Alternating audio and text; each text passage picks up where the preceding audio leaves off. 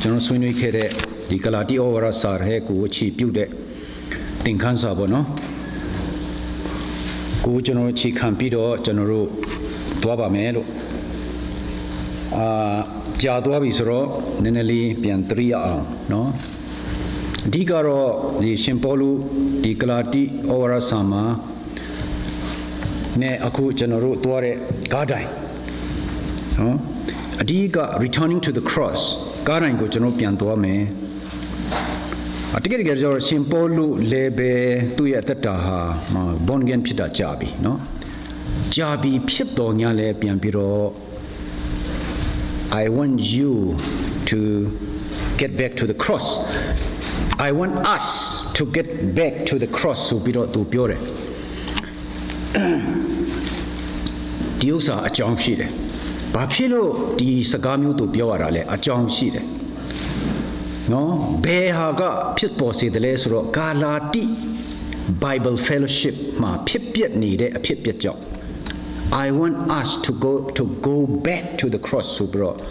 ဒီဂါလာတိဩဝါဒစာကြီးကိုသူရေးရတာဖြစ်တယ်။ဘာဖြစ်လို့လဲဆိုတော့ဒီမှာသူပြောတဲ့အတိုင်းပဲခင်ဗျားတို့လမ်းလွဲနေပြီလို့သူရေးတယ်ဂလာတိဩဝါဒစာမှာကျွန်တော်ကြည့်မယ်ဆိုရင်နော်ရှင်ပေါလုကအပေါ်ပိုင်းမှာဆိုရင် I'm shocked ကျွန်တော် Bible ကတော့ very simple English Bible ဖြစ်တယ်နော်အားလုံးနားလည်နိုင်အောင်ကျွန်တော်ဒီစာအုပ်ကိုရွေးချယ်ခြင်းဖြစ်ပါတယ်လို့ဒါပေမဲ့နည်းနည်းတွားခြင်းတဲ့အခါကျရင်တော့တခြား Bible ကိုလည်းကျွန်တော်ယူမယ်ဒါပေမဲ့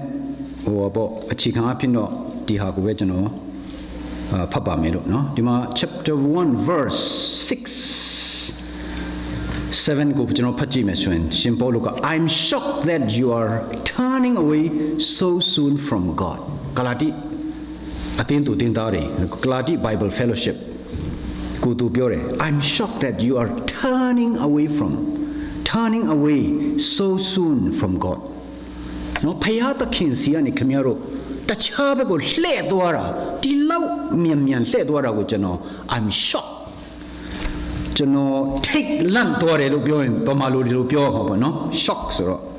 ဒီလိုကိုသူရေးတယ်ဆိုတော့ခင်ဗျားတို့လမ်းလွဲနေပြီဒီလိုမျိုးပြောတာနော်ဒီလိုသူပြောတဲ့လောက်အောင်နော်သူတို့ကမှားယွင်းတဲ့တုန်တင်မှုဖြစ်သွားတယ်Judaizer လို့ခေါ်တဲ့ Judaizer ဆိုတဲ့လူတွေကဘာလဲဂျူးလူမျိုးတွေဖြစ်တယ်သူတို့က convert တွေဂျူးလူမျိုးတွေဖြစ်တယ်ခရိယန်ဖြစ်လာတဲ့လူတွေဖြစ်တယ်ဒါမဲ့သူတို့ကဒီဂျူးဘာသာရဲ့ထုံးပုံစံလာလုတ်ထုံးလုံနည်းကိုဆက်လက်ပြီးတော့ကျင့်သုံးနေတဲ့လူတွေဖြစ်တယ်ဒီလူတွေဟာရှင်ပေါလုဧဝံဂေလိသွားတဲ့နေရာမှာလိုက်သွားလေရှိတယ်ကြည်လေရှိတယ်ရှင်ပေါလုကဒီမှာတရားဟောလိုက်ပြီးလူတွေပြောင်းလဲတယ်အသင်းတော်ဖြစ်လာတဲ့အခါမှာသူတို့လည်းအများအားပါဝင်လေရှိတဲ့လူတွေဖြစ်တယ်ဂျူးလူမျိုးတွေဖြစ်တယ်အဲ့တော့ဒီဂလာတိအသင်းတော်မှာကျတော့ရှင်ပေါလုအဖျင်ဒီဂလာတိတွေဟာခရစ်တော်ကိုရလာတယ်နော်ရလာတယ်သူတို့ခရိယန်ဖြစ်လာတယ်ရှင်ပေါလုကတော့သွားစရာရှိတော့ဂလာတိကိုထားခဲ့တယ်သူသွားစရာရှိတော့ဆက်သွားတယ်တဲ့အခါမှာခုနအဲ့ဒီ Judaizer လို့ခေါ်တဲ့ပုဂ္ဂိုလ်တွေက another message ကိုသူတို့ကိုတုံတင်လိုက်တယ်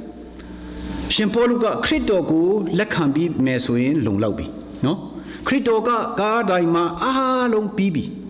ကယ်တင်ခြင်းဆိုတာခရစ်တော်ရဲ့လုပ်ရအပေါ်မှာပဲမူတည်တယ်ပြီးပြီဒါပဲနော်ယုံကြည်ခြင်းပဲသူပြောတယ်ယုံကြည်ခြင်း faith to faith ပဲသူဖို့သူတွင်ပေးတယ်ဒီဆရာတွေက faith ကနေပြီးတော့ work ကိုသူတို့ပြန်သွားတယ်တွင်တင်ခိုင်းအဲ့လိုမျိုးတွင်တင်ပေးတယ်အဲ့ဒါကြောင့်မလို့ရှင်ပေါလုကအဲ့ဒီနောက်အောက်မှာဆိုလို့ရှိရင်နော်ငါတို့ပြောတဲ့ဧဝံဂေလိမှတပါကောင်းကင်နိုင်ငံကဆေလွတ်လိုက်ကောင်းကင်တမန်တော်မှာ another gospel ကိုတင်တို့ကိုတွင်တင်မယ်ဆိုရင် let him be kakas ကျင်ချင်းအမင်္ဂလာအဲ့ဒီကောင်းကင်တမန်ပေါ်မှာတက်ရောက်ပါစေဒီလိုကိုသူပြောတာနော် another gospel မရှိနိုင်ဘူး gospel တစ်ခုပဲဒါပေမဲ့ဒီ Judaizer ဆိုတဲ့လူတွေကြောင့်နော်သူတို့ဘာဖြစ်လို့ဒီလိုပြောတယ်လဲဆိုတဲ့ဥစ္စာကိုနောက်ပိုင်းမှာရေးထားတယ်ဘာဖြစ်လို့ပြောတယ်လဲဆိုတဲ့အပိုင်းနော်ဒီလူတွေကခင်ဗျားတို့ခရစ်တော် ယုံကြည်တာနဲ့မပြီးဘူးခမရတို့ကဒီကျွန်တော်တို့ရဲ့ဂျူဒဘာသာထုံးစံအရာ ritual လို့ခေါ်တယ်နော် ritual အရေးပြလိရမယ်အရေးပြလိမှပဲခမရတို့ဖယားသခင်စီမှာလက်ခံနိုင်တဲ့လူဖြစ်မယ်တနည်းအားဖြင့်ခမရတို့ရဲ့ကယ်တင်ခြင်းကပြည့်စုံတော့ကယ်တင်ခြင်းကိုရောက်မယ်ဒီလိုဟာမျိုးတုံတင်တယ်ကလာတိတွေကလည်းယောင်ပြီးတော့လိုက်သွားတယ်အဲ့ဒါကြောင့်သူတို့ကိုငမိုက်တွေငမိုက်တွေဆိုပြီးတော့သူတို့ကိုပြောရတယ်ကလာတိနဲ့ကောရိန္သုကိုရှင်ကြည့်ကောရိန္သုတွေဟာအပြစ်မျိုးစုံသူတို့လုပ်တယ်နော်ကလာတိကသူတို့ဘာလုပ်လဲယုံကြည်ခြင်းမှာခုနလိုတုံတင်မှုမှာ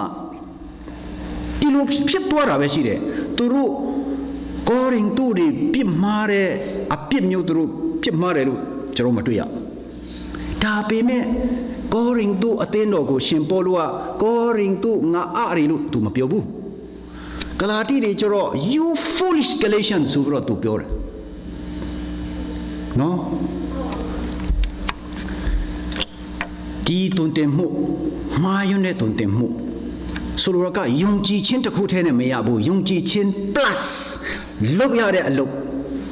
လိုတယ်ဆိုတဲ့ဥစ္စာကိုသူတို့ Judaizers တွေကတုန်တင်တယ်အဲ့ဒီအချိန်မှာသူတို့ရောက်သွားတဲ့အတွက်သူကခင်များတို့ဟာဖယားသခင်စီကနေ you are turned away so soon from God I'm shocked to find that you are turned away from God so soon ဆိုပြီးသူပြောရတယ်နော် you are already following a different way that pretend to be the good news but is not the good news at all နော်တည်င်းကောင်းဟန်ဆောင်တဲ့အရာနော်တည်င်းကောင်းမဟုတ်တဲ့တည်င်းကောင်းဟန်ဆောင်တဲ့တည်င်းကိုတင်တို့ဟာနားထောင်ပြီးတော့လိုက်သွားတယ်အဲ့ဒီတည်င်းကအဲ့ဒီတုံတင်ချက်ကတင်တို့ကိုလမ်းမားကိုတင်တို့ကိုခေါ်သွားတယ်တဲ့ဒီလိုမျိုးပြောတယ်ဆိုတော့အဲ့ဒီပိုင်းတော့ကျွန်တော်ဂလာတိဩဝါဒစာကြီးကိုလေ့လာနေတာမဟုတ်တော့အဲ့လောက်ကြီးကျွန်တော်မသွားဘူးနော် in depth အဲ့လောက်မသွားဘူးအဓိကပြောတာကကျွန်တော်ပြောနေတဲ့အချက်ကreturning to the cross centrality of the cross ကားတိုင်းကိုဘဟုပြောရမယ်ကားတိုင်းဟာအခြေခံဖြစ်တယ်အဲ့ဒါကိုကျွန်တော်ပြောချင်တာဖြစ်တယ်ဆိုတော့အဲ့ဒီကားတိုင်းအပိုင်းကိုပဲပြောမယ်ဂလာတိဩဝါဒစာကိုအသေးစိတ်လေ့လာနေတဲ့သင်ခန်းစာမဟုတ်ဘူးเนาะဆိုတော့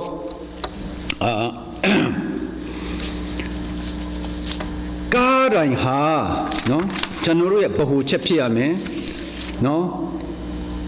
အဲ့ဒီယုံကြည်ခြင်းမှာကားတိုင်းကနေစပြီးတော့ရှင်ပေါလုဆိုတာ तू ပြောင်းလဲတာကြားလှပြီဒါပေမဲ့သူ့ရဲ့တွေးခေါ် तू တွေးခေါ်တဲ့အတွေးခေါ် तू နေ့စဉ်အသက်ရှင်တဲ့အသက်တာ तू တရားဟောတဲ့အရာ तू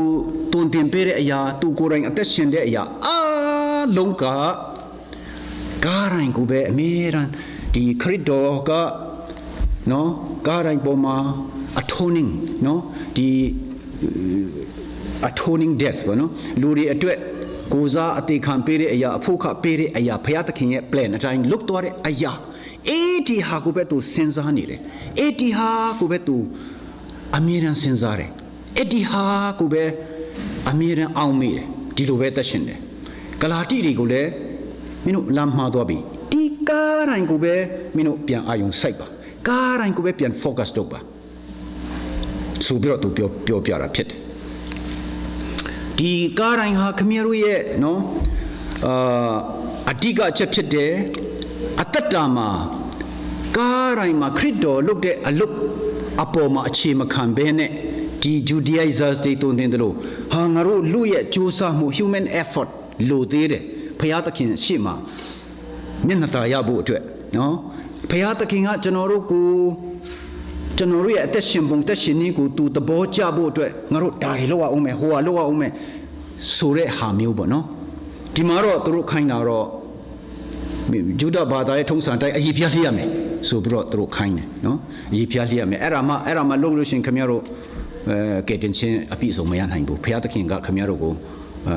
ဟောပေါ့ရာနှုံးပြည့်လက်မခံဘူးဆိုတဲ့သဘောမျိုးနဲ့တွင်တင်တယ်ဆိုတော့ဒီဥစ္စာကဘာလဲဆိုလို့ရှိရင်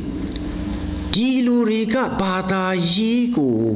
မလိုက်စားတာတော့မဟုတ်ဘာသာရေးကိုလိုက်စားတယ်တအားလိုက်စားတဲ့လူတွေဖြစ်တယ်ဒါမဲ့ဒီလူတွေ Judaizers တွေဟာ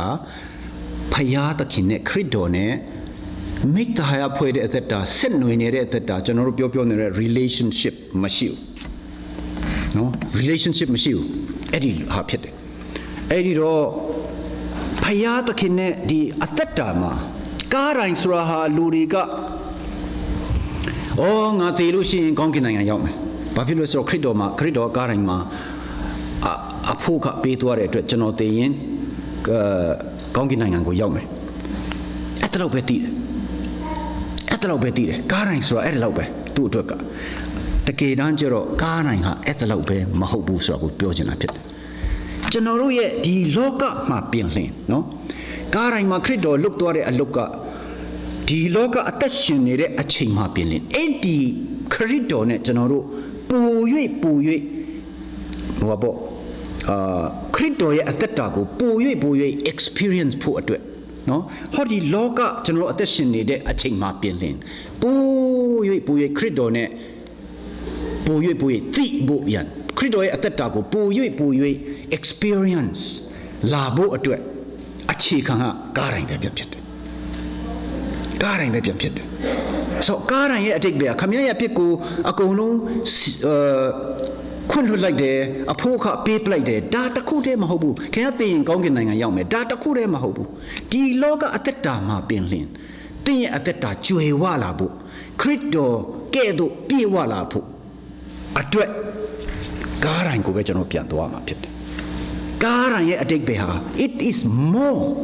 နော်ပူပြီးတော့အများရဲ့အတိတ်ပဲရှိတယ်ပူပြီးတော့လေးနေတယ်ဒီလိုဟာမျိုးသူပြောချင်တာဖြစ်တယ်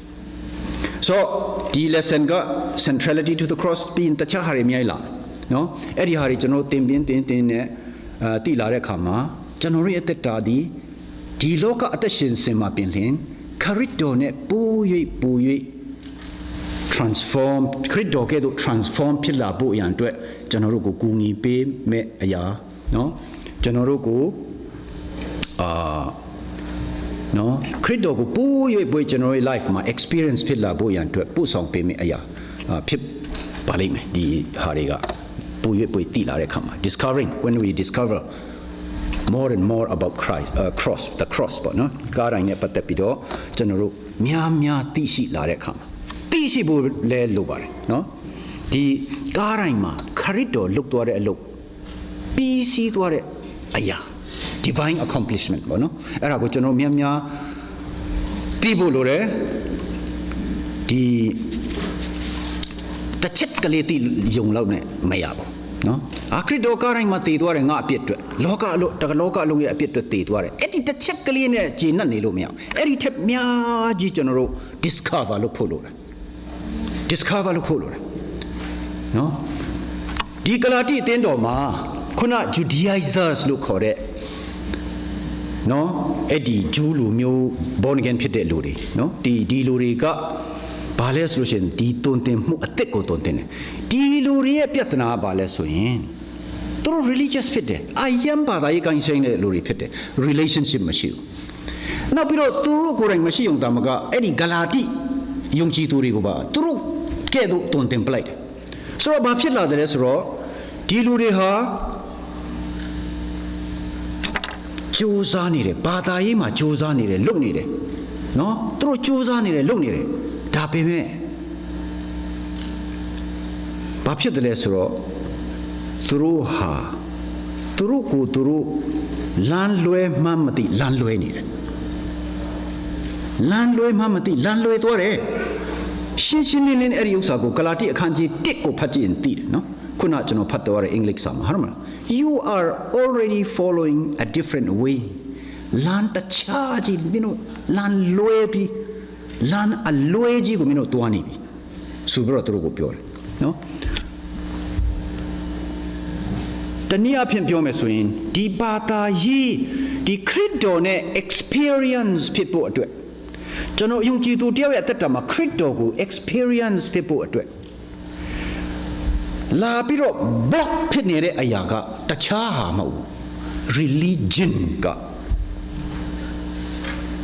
block ဖြစ်နေတဲ့အရာဖြစ်နေတယ် religion ဆိုတဲ့ဘာသာရေးကအဲ့ဒါပဲ နော် religion ဆိုတဲ့ဘာသာရေးလှုပ်ရှားမှု religious activities အပြင်ပန်းကနေကြည့်မယ်ဆိုရင်တနည်းအားဖြင့် religious activities ဆိုတာဘာနဲ့တူလဲဆိုတော့သူကအတိကအချက်မဟုတ်ဘဲနဲ့ဘေးကအရာတွေနော်ဘေးကအဆောင်အယောင်တွေဖြစ်တယ်အဆောင်အယောင်ဘေးပစ္စည်းပေါ့နော်အတိကပစ္စည်းမဟုတ်ဘူးဘေးကပစ္စည်းတွေဖြစ်တယ်မကောင်းဘူးလားကောင်းတာပေါ့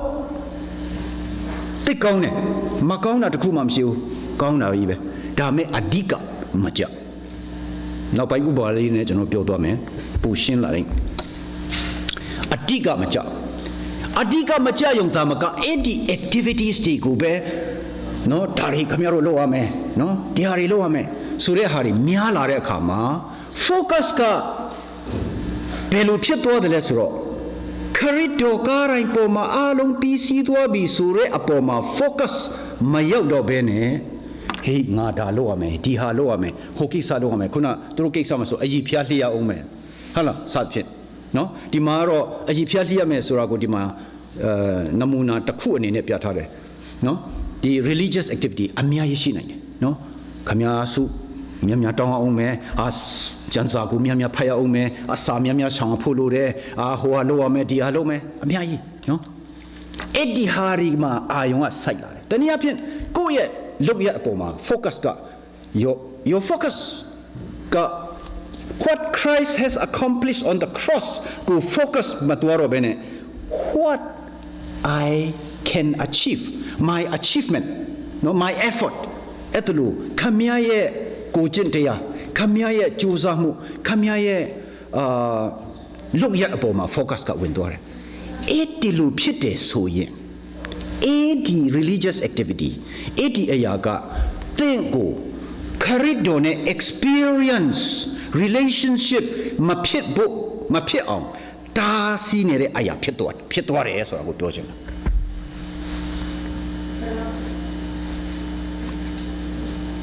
အဲ့ဒါကြောင့်မှန်တရားညောင်နဲ့မှန်တယ်ထင်ပြီးတော့မှားနေတဲ့အရာဖြစ် point ကအဲ့ဒါပဲ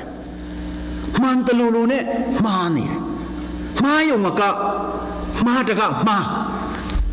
လူကခရစ်တော်ကို relationship ခရစ်တော်နဲ့ဘာလဲယဉ်နီးစွာအသက်ရှင်တဲ့အသက်တာခရစ်တော်ကိုပူ၍ဘုရားသခင်ဖြစ်စေချင်တာကခရစ်တော်နဲ့ကဲ့သို့ဖြစ်စေချင်တဲ့အသက်တာခရစ်တော်နဲ့ယဉ်နီးတဲ့အသက်တာ transforming ပေါ့နော်အဲ့ဒီအသက်တာကိုမဖြစ်အောင်တားဆီးနေတဲ့အရာဖြစ်သွားတယ်အဲ့ဒါကလာတိဒီမှာဒီလိုမျိုးဖြစ်တယ်ဒီနေ့ဒီချိန်မှာလဲအတင်းတော်ထဲမှာလဲဒီလိုဟာမျိုးဖြစ်နိုင်တယ်နော်ကျွန်တော်တို့ church ကိုလာတယ်ဆိုတာဟာဥမာကျွန်တော်တို့စိတ်ထဲမှာကားတိုင်းရှိတဲ့ကားတိုင်းကိုထောင်ထားတဲ့အဆောက်အဦတို့ဆောက်လိုက်မယ်ကျွန်တော်တို့ရွာချင်းတောင်မှာဆိုရင်တော့အားလုံးချင်းတော်လာတဲ့လူတွေသိတယ်ရွာတရွာမှာဟေးကျွန်တော်တို့church ဆောက်မယ်ဆိုရင်ရွာထူနော်ရွာလောအားနဲ့သူတို့ဆောက်ကြတယ်အိမ်တလုံးပြီးတဲ့အခါမှာအပေါ်မှာဒါထောင်လိုက်တယ်နော်ထောင်ပြီးလို့ရှိရင်အဲ့ဒီဆိုလူတယောက်ကဒီလူကားတိုင်းလက်ဝါးကားတိုင်းထောင်ထားတဲ့အိမ်ထဲကိုဝင်လိုက်တာလောက်မျှနဲ့ကျွန်တော်ဟာခရစ်တော်နဲ့ပူပြီးတော့နီးသွားပြီလို့ထင်တယ်ဆိုရင်အဲ့ဒါအင်မတန်မှားတယ်နော်ဒီလိုကားတိုင်းလက်ဝါးကားတိုင်းထောင်ထားတဲ့အိမ်ထဲကိုခမရောက်သွားယုံမျှလောက်နဲ့ခမခရစ်တော်နဲ့နီးမလာဘူး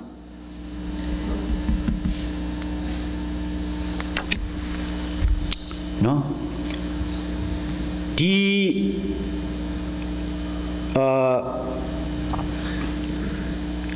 ခရစ်တော်နဲ့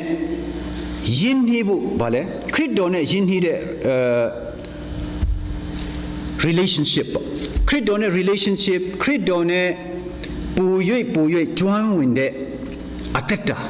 ကိုကျွန်တော်တို့ရဖို့ကတော့နံပါတ်1ချက်ကတော့အဲ့ဒီခရစ်တော်လုတ်သွားတဲ့ကားတိုင်းပေါ်မှာသူပြီးစီးသွားတဲ့အမှုအပေါ်မှာပဲကျွန်တော်တို့ပြန်ပြီးတော့အခြေခံရမှာဖြစ်တယ်နံပါတ်1ချက်ကနော်အဲ့ဒီကနေအခြေခံရမယ်ပြီးလို့ရှိရင်သူရှင်ပြန်ထမြောက်တဲ့အရာပြီးလို့ရှိရင်ဒီလိုကျွန်တော်တို့ဆက်သွားမှာဖြစ်တယ်သူရဲ့အသက်တာအပေါ်မှာပဲတနည်းအားဖြင့်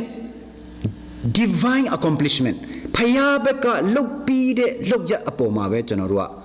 မိခိုရမှာဖြစ်တယ်ကျွန်တော်တို့ရဲ့ human achievement လို့ခေါ်တဲ့ကျွန်တော်တို့လူဘက်ကနေကြိုးစားအားထုတ်ကြိုးစားလို့ပြောတဲ့အခါမှာဖယားသခင်ကသူ့ရဲ့စကားကိုနားထောင်တာမကြိုက်ဘူးလားကြိုက်ပါတယ်နော်သူ့ရဲ့ဒီစကားကျမ်းစာထဲမှာရေးထားတဲ့သူ့စကားတွေကိုနားထောင်တာကျွန်တော်နားထောင်ပြီးတော့အသက်ရှင်တာလိုက်နာပြီးတော့အသက်ရှင်တာဖယားမျှော်လင့်ပါတယ်အဲ့ဒီလိုမျိုးအသက်တာဖြစ်စေချင်တယ်တို့ရတွေဒီဟာကိုပဲကျွန်တော်တို့အားကိုပြီးတော့ကျွန်တော်တို့ကခရစ်ဖယားသခင်ရဲ့စကားကိုကျွန်တော်တို့လိုက်နာတယ်လိုက်နာတော့ကြောင့်ကျွန်တော်များဆုတောင်းနိုင်တယ်ကျွန်တော်အစာရှောင်နိုင်တယ်ကျွန်တော်ကျမ်းစာကိုအကျဉ်းဘယ်နှကျဉ်းဖတ်ပြီးပြီနော်ကျွန်တော်စာအုပ်တွေဘယ်လောက်ဖတ်တယ်ကျွန်တော်ဘယ်လောက်သက်သေခံတယ်ကျွန်တော်ရဲ့လုပ်ရက်တွေပေါ်မှာအဲ့ဒါကြောင့်ကျွန်တော်ဟာဖယားသခင်ရှိမှကျွန်တော်ကတော့ no အဲ့ဒီလိုမျိုးမဖြစ်နိုင်ဘူးနော်ဖယားသခင်ရှိမှကျွန်တော်တို့ကိုလက်ခံနိုင်တဲ့ကျွန်တော်တို့ credit ရနိုင်တဲ့အရာကတော့ကျွန်တော်တို့ရဲ့လုပ်ရက်မဟုတ်ဘူးဖယားသူ့ရဲ့သားတော်ရဲ့လုပ်ရက်ပဲဖြစ်တယ်သူ့ရဲ့သားတော်အဖို့ခပေးသွားတဲ့အရာသူ့ရဲ့သားတော်ကကျွန်တော်တို့ကိုယ်စားအသက်ရှင်တဲ့အရာအဲ့ဒီအပေါ်မှာပဲမူတည်တာဖြစ်တယ်ဆိုတော့ကိုကျွန်တော်တို့ရှင်ပေါလုကပြန်ပြီးတော့ကျွန်တော်တို့ဂလာတိဒီကိုတုံတင်ခြင်းအဖြစ်ကျွန်တော်တို့ကိုလည်းပြန်ပြောပြတာဖြစ်တယ်အဲ့တော့ကားတိုင်းကိုကျွန်တော်ပြန်သွားတဲ့အခါမှာဆိုရင်ကျွန်တော်ဗာသိရမယ်ဖယားသခင်ဟာအပြစ်နဲ့ပတ်သက်ရင်ဘလောက်ဖယားကခံစားတယ်လဲဆိုရအောင်ကိုကျွန်တော်တို့ကိုအမြဲတမ်းသတိရစေတယ်အပြစ်နဲ့ပတ်သက်လို့ရှင်ဖယားသခင်မှာဘလို့ခံစားမှုရှိတယ်လဲဆိုရဟာကိုကျွန်တော်တို့ကိုအမြဲတမ်းသတိပေးတယ် how God feels about sin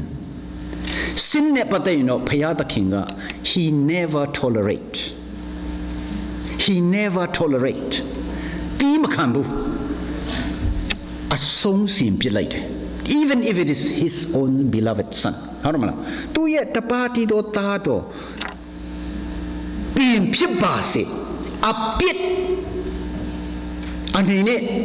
ဖြစ်လာတဲ့အခါကျရင်တော့မငြားဘူးဖယားမှာဆိုတော့ကိုကျွန်တော်တို့သတိရစေတယ်နော်ခရစ်တော်မှာအပြစ်ရှိလို့တော့မဟုတ်ဘူးဒါပေမဲ့ကျွန်တော်တို့တလောကလုံးရဲ့အပြစ်ကိုသူ့အထက်ထည့်လိုက်တဲ့အခါမှာဘုရားသခင်ရှိမှသူ့ကိုကြည့်လိုက်တဲ့အခါမှာအပြစ်သားဖြစ်လာတဲ့အခါမှာဘုရားကမငြားဘူးတီးမခံဘူးတရားရှင်ပြလိုက်တာပဲဒီဥစ္စာကိုကျွန်တော်တို့သတိပေးတယ်ဒီနေ့ဒီချိန်မှာကျွန်တော်တက်တာမှာဖယားကိုယုံကြည်တော်လဲကျွန်တော်တက်တာကဖယားနဲ့အလွန်ဝေးကွာနေတယ်လို့ခံစားတယ်လို့အများကြီးရှိနိုင်တယ်နော်ဖယားကဟိုးအဝေးကြီးမှာရှိနေတယ်လို့မျိုးခံစားရတယ်ကောင်းကင်ဘုံ၌ရှိတော်မူသောကျွန်တော်တို့အဖလို့ပြောတဲ့အခါမှာအလွန်ဝေးလွန်အားကြီးတယ်လို့ဖြစ်နေဖယားသခင်ကကျွန်တော်တို့နဲ့နီးကပ်နေတဲ့ပေမဲ့တကယ် real life မှာဖယားနဲ့ကျွန်တော်တို့ကဟိုးအဝေးကြီးမှာရှိတယ်လို့မျိုးနော်ဒီဥစ္စာဆိုလို့ရှိရင်တော့ကျွန်တော်တို့က we need အဲ့ဒါကြောင့်ရှင်ပေါလုက we need to go back to the cross နော် we need to return to the cross ဆိုတာကိုသူပြောပြခြင်းဖြစ်တယ်နော်ဘာသာရေး activities တွေဆိုတာကတော့ဘာလဲဆိုလို့ရှိရင်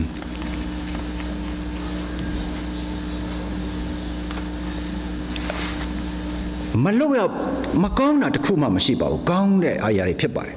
ဒါပေမဲ့အဲ့ဒီဘာသာရေး activities တွေကိုကျွန်တော်တို့ church ကိုလာတာပဲဖြစ်နော်စုတောင်းအစည်းအဝေးကိုတွားတာပဲဖြစ် cell group ကိုတွားတာပဲဖြစ်မဟုတ်ဘူးဆိုရင်တချင်းဆိုတာပဲဖြစ် whatever အလှူပေးတာပဲဖြစ်ငါဟာတာဝန်တရက်ကိုထမ်းဆောင်တယ်ဆိုတဲ့သဘောမျိုးနဲ့ထမ်းဆောင်တယ်ဆိုလို့ရှိရင်အဲ့ဒါ religious duty ပဲနော် attitude ကမမှန်ဘူးဘုရားသခင်ဖြစ်စေချင်တာကဘာလဲဆိုလို့ရှိရင် religious duty ဖြစ်သောကြောင့်လုပ်တာမဟုတ်ပဲနဲ့သူ့ကိုချစ်သောကြောင့်လုပ်တာဖြစ်စေချင်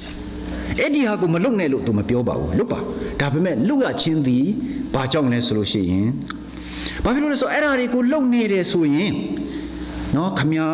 အလှလဲပေးရမယ်ဟိုကလည်းလုပ်ရမယ်ဒီကလည်းလုပ်ရမယ်ကျန်းစာလည်းဖတ်ရလဲစုလည်းတော့မယ်အစာလည်းရှောင်ရမယ်အားပါညာ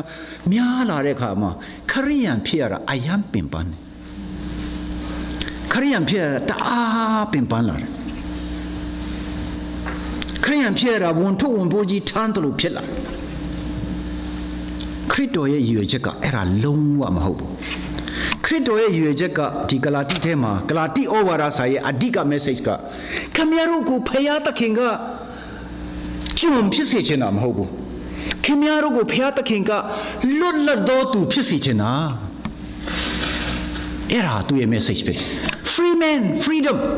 ကားရိုင်မှာခရစ်တော်အဖို့ကပေးသွားတာတင့်ကိုလွတ်မြောက်စေချင်တာဖြစ်တယ်တင်ကျွန်ပြန်ဖြစ်စေချင်တာမဟုတ်ဘူးနော်တနည်းအားဖြင့်တကယ်ကိုပြောင်းလဲတော်သူဖြစ်စေချင်တယ် new life new person new creature new attitude ဒီနှလုံးသားခရစ်တော်ရဲ့နှလုံးသားအရင်ဖြစ်ဖို့လိုတယ်အဲ့ဒီနှလုံးသားဖြစ်လာတဲ့အခါမှာဆိုရင်တော့လုံးဝအဲ့ဒီနှလုံးသားပိုင်ရှင်ရဲ့ character ကဲ့သို့ဖြစ်လာတဲ့အထိကတော့ it may take some time it may take a while ဟုတ်မလားဒီနေ့ဒီနှလုံးသားရပြီးတော့မနေ့ပြန်ခရစ်တော်ကဲ့သို့ဆိုတာတော့ impossible နော်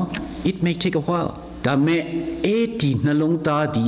ခရစ်တော်နှလုံးသားဖြစ်လာပြီဆိုရင်တော့အဲ့ဒီနှလုံးသားကတဖြည်းဖြည်းနေရာယူလာလိမ့်မယ်တဖြည်းဖြည်းနေရာယူလာလိမ့်မယ် gradually ခမည်းရဲ့အသက်တာခမည်းရဲ့ဝိညာဉ်ခမည်းရဲ့အတွေးအခေါ်ခမည်းရဲ့life ကိုတဖြည်းဖြည်းနေရာယူလာလိမ့်မယ်လုံးဝ 100% နေရာယူသွားတဲ့အထိနေရာယူလာလိမ့်မယ်အဲ့ဒီအခါကျရင်တော့လုံးဝခမည်းအဲ့ဒါကြောင့်တနေ့ပြီးတနေ့ခမည်းဟာ transform လုပ်နေတာ transform ဖြစ်နေတာဖြစ်တယ်အဲ့တော့ဘာသာရေးဆိုတဲ့ဟာကိုကျွန်တော်တို့တခါတော့စကားပြောတဲ့စက်တူရေးတကောင်ရှိတယ်ဖွာကြီးတယောက်သူ့ယောက်ျားဆုံးသွားတော့အမတမlonely ဖြစ်တော့လူတွေက advice ပေးတယ်ခင်ဗျာ speaking parrot ကိုတွားဝယ်ပါဒါဆိုခင်ဗျာနည်းနည်း comfortable ဖြစ်လိမ့်မယ်လို့ပြောတဲ့အခါမှာတွားဝယ်လိုက်တယ် store မှာနော်အဲ့မှာလောင်ကြိုင်ထဲမှာထည့်လိုက်တယ်ဒါပေမဲ့စက်တူရေးကစကားမပြောဘူးအဲ့သူပြန်သွားတယ်ဟာစက်တူရေးကစကားလည်းမပြောပါလားခင်ဗျာအဲ့ဒီစက်တူရေးအတွက် swing ဒီဒန်ကလေးဝယ်ပေးပါအဲ့ဒန်လေးဝယ်ပေးမယ်ဆိုသူစကားပြောလာလိမ့်မယ်ဒန်ကလေးဝယ်ပေးတယ်စက်တူရေးလေးက swing လေးနဲ့ swing နေတယ်ဒါပေမဲ့စကားမပြောဘူးပြန်သွားတယ်ခင်ဗျာလှေကားကလေးဝယ်ပေးပါစက်တူရေးအတွက်လှေကားမှာစက်တူရေးလေးအပေါ်တက်လိုက်အောက်ဆင်းလိုက်လှုပ်ချင်တယ်အဲ့ဒါဆိုစကားပြောလာလိမ့်မယ်လှေကားဝယ်တယ်ထည့်ပေးတယ်စက်တူရေးကလှေကားပေါ်တက်တယ် swing တယ်စကားမပြောဘူးခင်ဗျာမှန်ကလေးဝယ်ပေးလိုက်အဲ့ဒီမှန်လေးကိုဝယ်ပေးမယ်ဆိုရင်စက်တူရေးကမှန်လေးကိုကြည့်လိုက်ပါလိုက်ဆိုရင်တော့စကားပြောလာလိမ့်မယ်မှန်ဝယ်ပေးတယ်စကားမပြောသေးဘူးတပတ်ခွဲလောက်ရှိလာပြီတနေ့ကျတော့ तू ကစက်တူရေးကို तू basement မှာထားတယ်အပေါ်က तू town house မှာနေတယ်ထင်တယ်အပေါ်ကနေဆင်းလာတယ် basement မှာ तू လောင်ကြိုက်လေးကိုကြည့်လိုက်တော့စက်တူရေးကလေးဒီမှာလဲပြီးတော့ပေါ့တေတော့မလို့မျိုးဒီလို dying ပေါ့ laying ဖြစ်နေတယ်အဲ့ဒီခါမှာ तू စိတ်ဆိုးလာတယ်အဲ့စက်တူရေးမင်းစကားပြောဖို့အတွက် dance လိုရဲဆိုတော့ငါဝေပေးတယ် swing လိုရဲဆိုတော့ငါဝေပေးတယ်မှန်လိုရဲဆိုတော့ဝေပေးတယ်အခုလည်းဒီမင်းစကားမပြောသေးဘူးဘယ်လိုဖြစ်တာလဲဆိုတော့ तू စက်တူရေးကို तू ကနော်စိတ်ဆိုးဆိုးနဲ့ပြောလိုက်တယ်အဲ့ဒီခါမှာစက်တူရေးအဲ့ဒီတော့မှအဲ့ဒီခမဝေတဲ့ store မှာအစာမရောဘူးလားလို့ပြန်ပြောလိုက်တယ်စက်တူရေးလိုအပ်နေတာကအစာဖြစ်တယ် तू လို့ तू လုတ်ပေးတဲ့ຢာတွေကစက်တူရေးအတွက်အဓိကလိုအပ်တဲ့အစာကိုမပေးဘဲနဲ့ancillary thing ancillary ဆိုတာသိတယ်မလားဘေးအချမ်းအယံပစ္စည်းတွေဘယ်သူလုတ်ပေးနေတာ which is not the main thing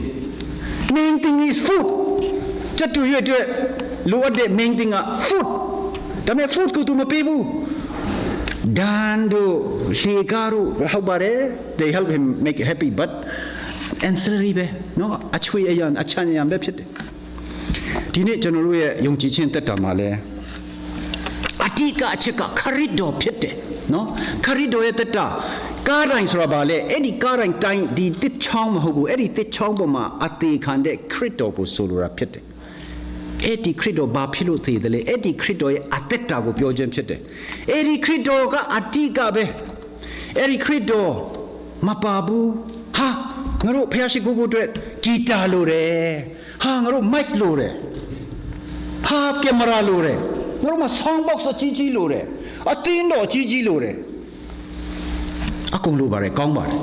ဟာကားလိုတယ် transport ကြိုပို့လို့ဖို့အတွက်နော်ဟုတ်ပါလို့တချင်းစာအုပ်လိုတယ်ဟုတ်တယ်မလားမျိုးစုံပေါ့ first century တုန်းကတန်ရှင်တော်ဝင်တော်နဲ့ပြည့်ဝတဲ့အသက်တာတမန်တော်ဝတ္ထုအခန်းကြီး1 2 3 4 5 6ပတ်တိ speaker မရှိပါဘူးတချင်းစာအုပ်တော့မရှိပါဘူးဒီတုန်းကနော်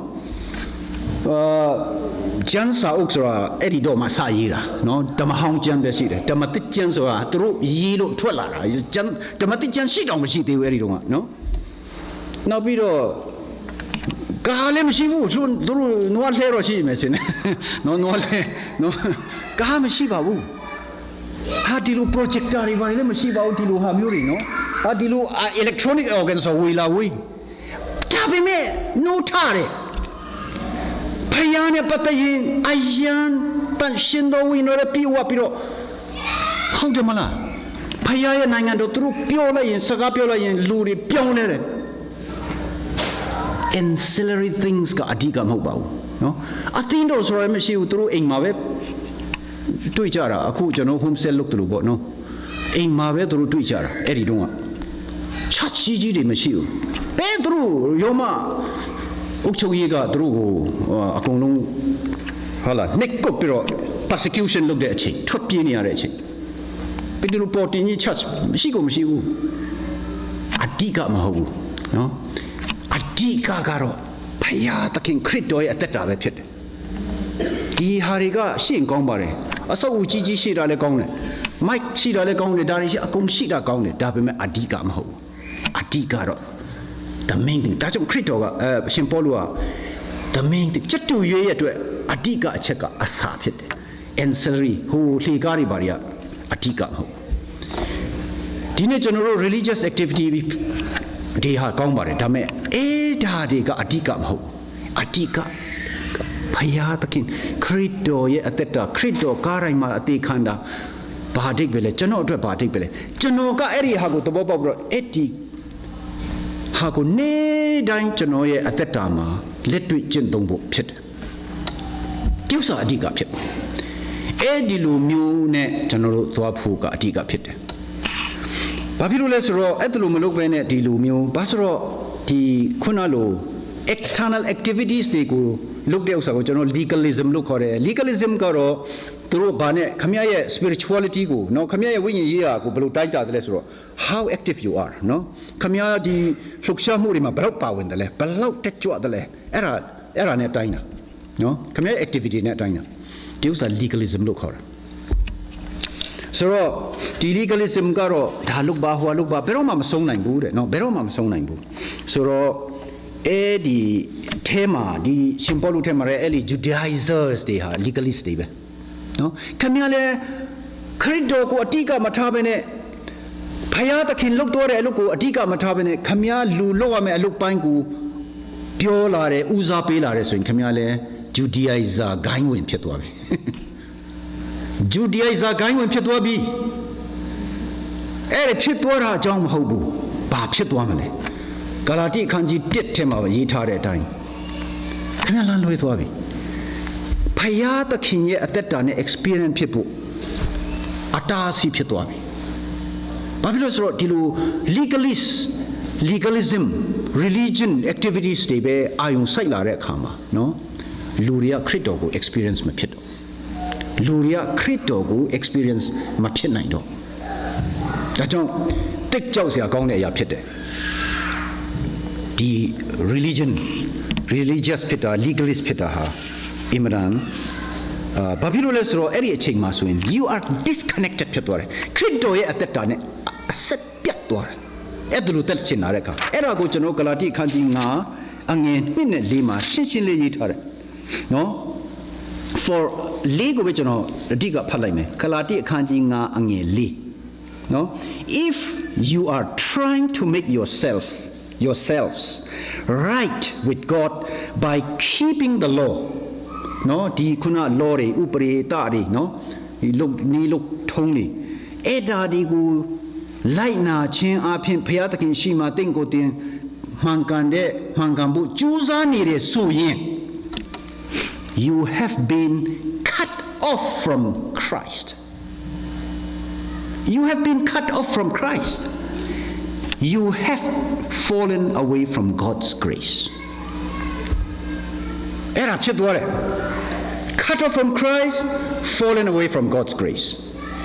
ခရစ်တော်ရဲ့အသက်တာနဲ့သင်ဟာပြတ်တောက်သွားတယ်အဲ့ဒါကိုကျွန်တော်တို့ဥပမာအပေးလို့အကောင်းဆုံးကကျွန်တော်တို့အခုဒီမှာဒီပစ္စည်းတွေဒီမှာမီးလင်းနေတယ်ဘာဖြစ်လို့လဲလျှက်စစ်တတ်ရှိတဲ့အတွက်ဖြစ်တယ်ခုန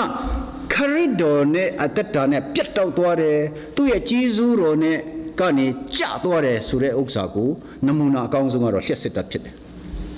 ကျွန်တော်တို့အိမ်မှာဒီတင်းတော်ထဲမှာเนาะဒီမှာ heating system တွေရှိတယ်နွေရာသီဆိုလို့ရှိရင် air conditioning system တွေရှိတယ်ဒီမှာအမှောင်မှာအလင်းရဖို့အတွက်ဒီမှာမီ bulb တွေเนาะ electric light တွေဒီဥစ္စာတွေကဟိုကနေကျွန်တော် electric that စီစဉ်နေမှတာလင်ဒီဟာတွေကအလုပ်လုပ်လာတာဖြစ်တယ်ကျွန်တော်အိမ်မှာရေခက်တစ်တာရှိမယ်နော် air condition ကြီးရှိမယ်ဟာ TV ရှိမယ်နော်အမျိုးစုံရှိမယ် stove microwave ဒါပေမဲ့လျှက်စစ်ဓာတ်မှာကျွန်တော်တို့ကဒီအပေါက်မှာကျွန်တော်တို့ကထိုးမထားဘူးဆိုရင်ဟာလားလျှက်စစ်ဓာတ်အဲ့ဒီစက်တွေထဲကိုမစီးဆင်းဘူးဆိုရင်ဘာဖြစ်မလဲရှိတော့ရှိပါတယ်ဒါပေမဲ့အကျိုးမခံစားဘူးရှိခြင်းရဲ့အကျိုးကိုမခံစားရဘူးရေခဲတက်တာတော့ရှိပါတယ်ခမရလျှက်စစ်ဓာတ်ထဲမှာထိုးမထားဘူးလျှက်စစ်ဓာတ်စီးဆင်းမနေဘူးဆိုရင်အဲ့ဒီရေခဲတက်တာကရေခဲတက်တာမဖြစ်လာဘူးတက်တာအကြီးကြီးပဲဖြစ်နေတယ်ဟုတ်မလားအလုပ်မလုပ်တော့ဘူးဘာလို့ဆိုလျှက်စစ်ဓာတ်စီးမှပဲသူကသူ့အလုပ်သူလုပ်မှာ air conditioning heating လျှက်စစ်ဓာတ်မစီးဘူးဆိုရင် तू မလဲဘူးဆိုအလုပ်မလုပ်ဘူးနော်ပူတဲ့ချိန်မှာအပူဓာတ်အေးတဲ့ချိန်မှာအေးဓာတ်မပေးတော့ဘူး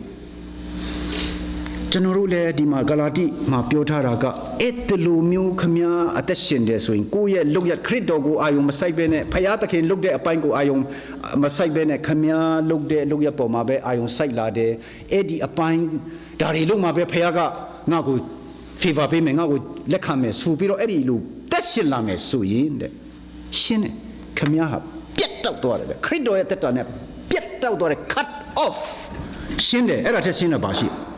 cut ဆိုတာသိတယ်မလားဖြတ်ပလိုက်တာ off ပြတ်တောက်သွားတယ် disconnected ပါဝါမလာတော့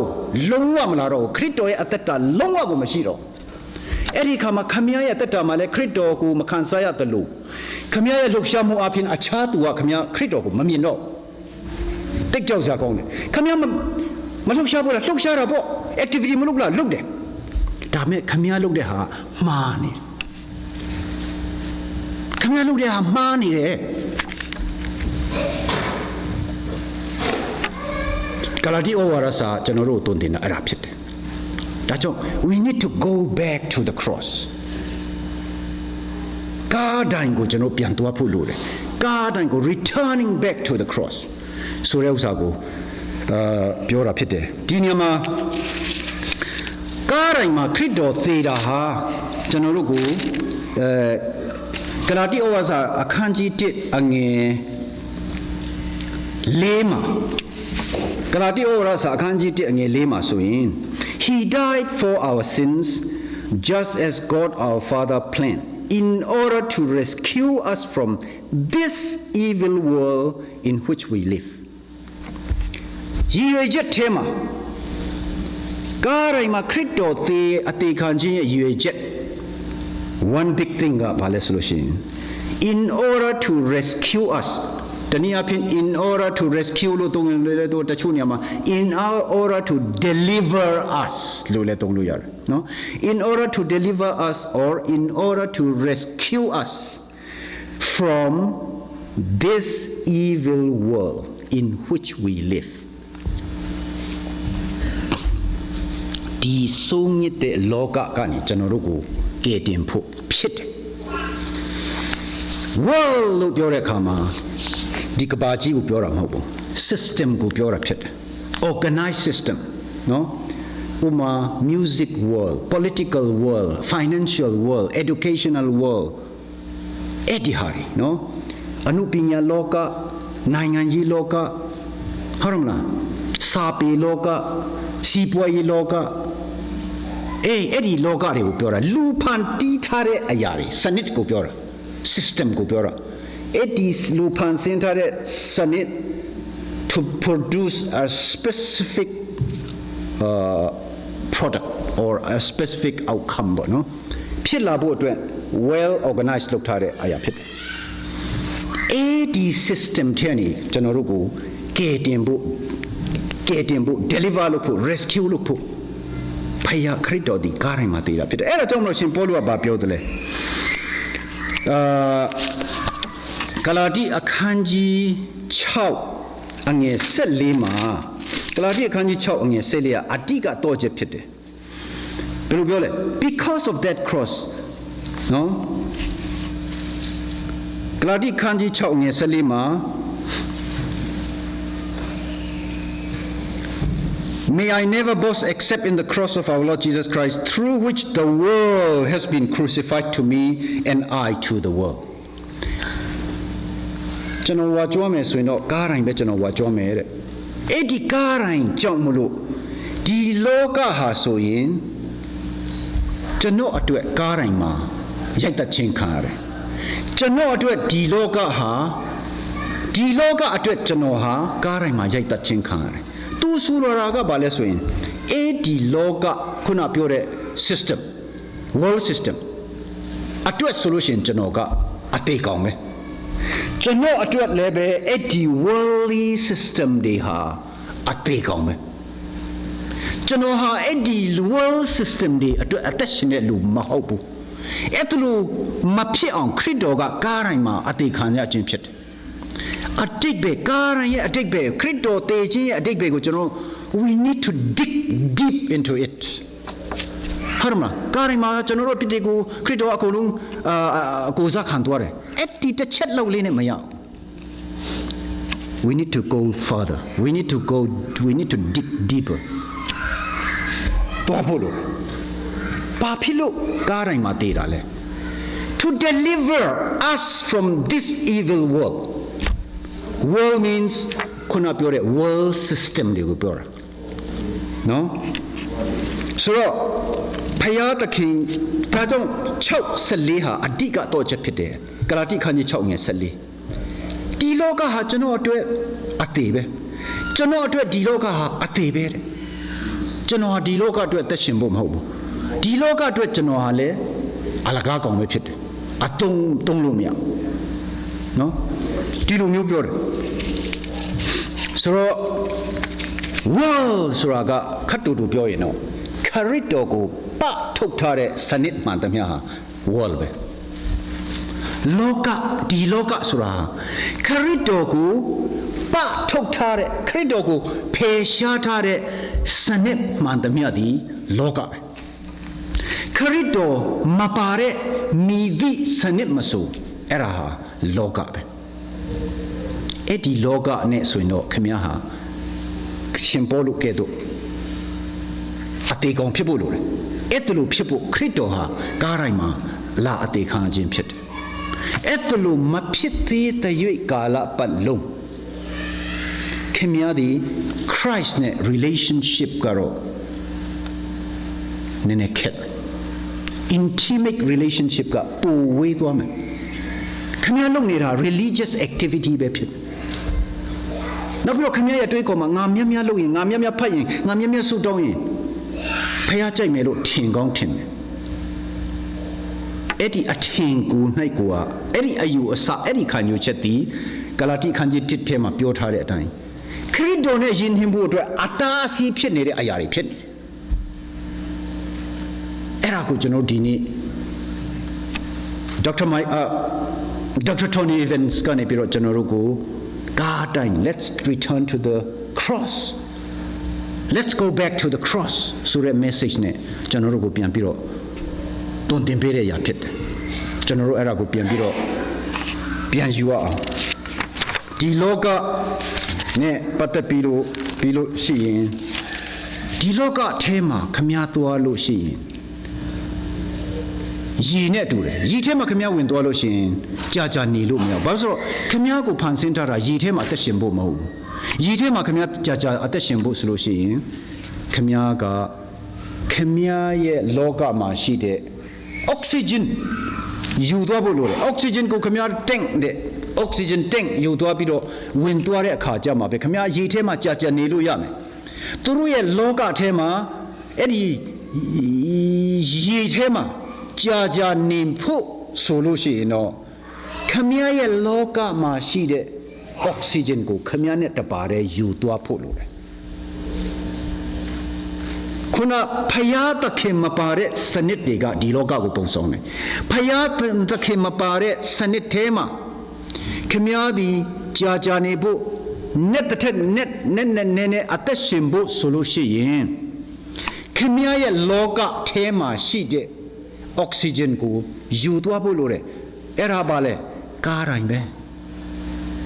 ခရစ်တော်ရဲ့ကားတိုင်းမှာလုတ်သွားတဲ့ခရစ်တော်ရဲ့အသက်တာတင်နဲ့အတူပါရှိဖို့ဖြစ်တယ်ခရစ်ဘုရားသခင်ကပြောတယ် you live in the cross ဆိုပြီးတော့ပြောတယ်ကားတိုင်းမှာသင်အသက်ရှင်ပါကျွန်တော်နေ့စဉ်တက်တာမှာဒီလောကထဲမှာတက်ရှင်တဲ့မှာအဲ့ဒီကားတိုင်းကိုကျွန်တော်နေ့တိုင်းဒါကြောင့်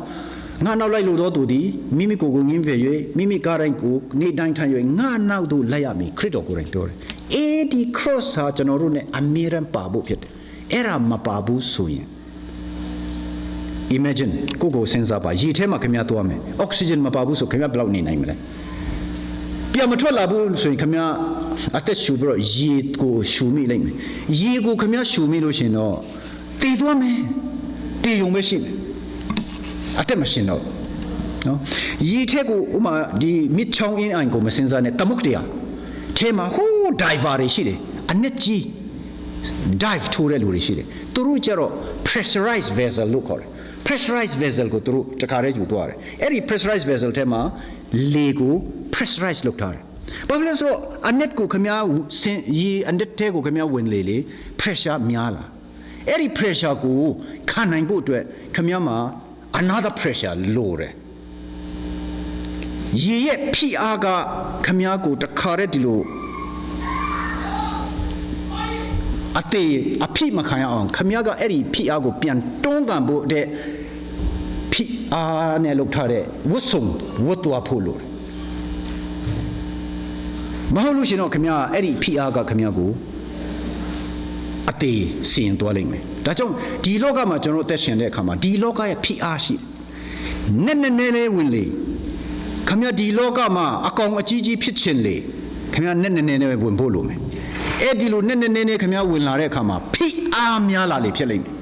အဲ့ဒီဖိအားလောကရဲ့ဖိအားများလာတဲ့အခါမှာအဲ့ဒီဖိအားကိုပြန်တွန်းခံနိုင်ဖို့အတွက်ခမည်းရဲ့လောကဖြစ်တဲ့ခရစ်တော်ကိုခမည်းမှာများယူသွားဖို့လိုတယ်အဲ့ဒီခရစ်တော်မပါဘူးဆိုတော့အဲ့ဒီလောကဖိအားကခမည်းကိုအတခံလိမ့်မယ်ဆိုတော့ကျွန်တော်တို့ကဒီလောကမှာနဲ့သွားတဲ့အခါမှာကျွန်တော်တို့ကဒီခရစ်တော်ရဲ့အသက်တာဒီခရစ်တော်ရဲ့ကားတိုင်းတော်တရားကိုကျွန်တော်တို့ကအမြဲတမ်းကျွန်တော်တို့နဲ့တပါးတည်းယူသွားဖို့လိုပါတယ်လို့ပြောချင်ပါတယ်နောက်ဆုံးအနေနဲ့အချိန်ကလည်းဟောဖြစ်တဲ့အတွက်ကြောင့်ကျွန်တော်တို့ရဲ့အသက်တာမှာကျွန်တော်ရဲ့အသက်တာမှာအတီးကကျွန်တော်တို့ဒီရှင်ဂလာတိအခန်းကြီး6ထဲမှာပြောတဲ့အတိုင်းကျွန်တော်တို့ဟာဂလာတိအခန်းကြီး6အငယ်15ထဲမှာပါတဲ့အတိုင်းနော်အရေးဖျက်လှီတာမလှီတာပေါ့အတီးက new creation ခရစ်တော်၌အသစ်သောတရဝဖြစ်ဖို့လိုတယ်လို့ပြောတဲ့အတိုင်းကျွန်တော်တို့ဟာအသစ်သောတရဝဖြစ်တော်သူအဲ့ဒီအသစ်သောတရဝရဲ့ rule အတိုင်းအသက်ရှင်တော်သူဖြစ်ဖို့လိုပါတယ်လို့အကယ်၍ကျွန်တော်တို့ဟာဒီလမ်းလွဲနေတယ်မှားနေတယ်ဆိုရင်လည်းပဲထိုကားတိုင်းကိုကျွန်တော်တို့ပြန်ပြီးတော့ ဘဟုပြန်ပြုတ်လိုက်မယ်ထိုကိုင်းတိုင်းကိုကျွန်တော်တို့ရဲ့ point of reference အနေနဲ့ပြန်ထားပြီးတော့အသက်ရှင်မယ်ဆိုရင်ကျွန်တော်တို့ဟာပုံမှန်ကိုနေတဲ့ထိုက်တဲ့နေရာမိမိရဲ့နေအိမ်ကိုပြန်ရောက်သွားတဲ့လူတွေဖြစ်ပါလိမ့်မယ်လို့ဒါကြောင့်ဒီနေ့ message ကတော့အဓိကကားတိုင်းကိုအခြေခံဖို့ကားတိုင်းကိုဘဟုပြုတ်ဖို့ကျွန်တော်ရဲ့သက်တာမှာအဲ့ဒီကားတိုင်းကနေမျက်ခြေပြတ်လို့မရဘူးဒီကားတိုင်းမှာဖျားသခင်လွတ်တော်တဲ့အလုတ်ကိုပဲကျွန်တော်တို့အာယုံစိုက်ပြီးတော့အဲ့ဒီဟာကိုပဲမှီခိုပြီးတော့ကျွန်တော်တို့အသက်ရှင်ဖို့ပဲဖြစ်တယ်ကျွန်တော်ရဲ့အောင်မြင်မှုဟာအဲ့ဒီအပေါ်မှာပဲမူတည်တယ်ဆိုတာကိုအဓိကပြောချင်တာဖြစ်ပါတယ်အရောက်တိုင်းဖျားကောင်းကြည့်ပေးပါစေ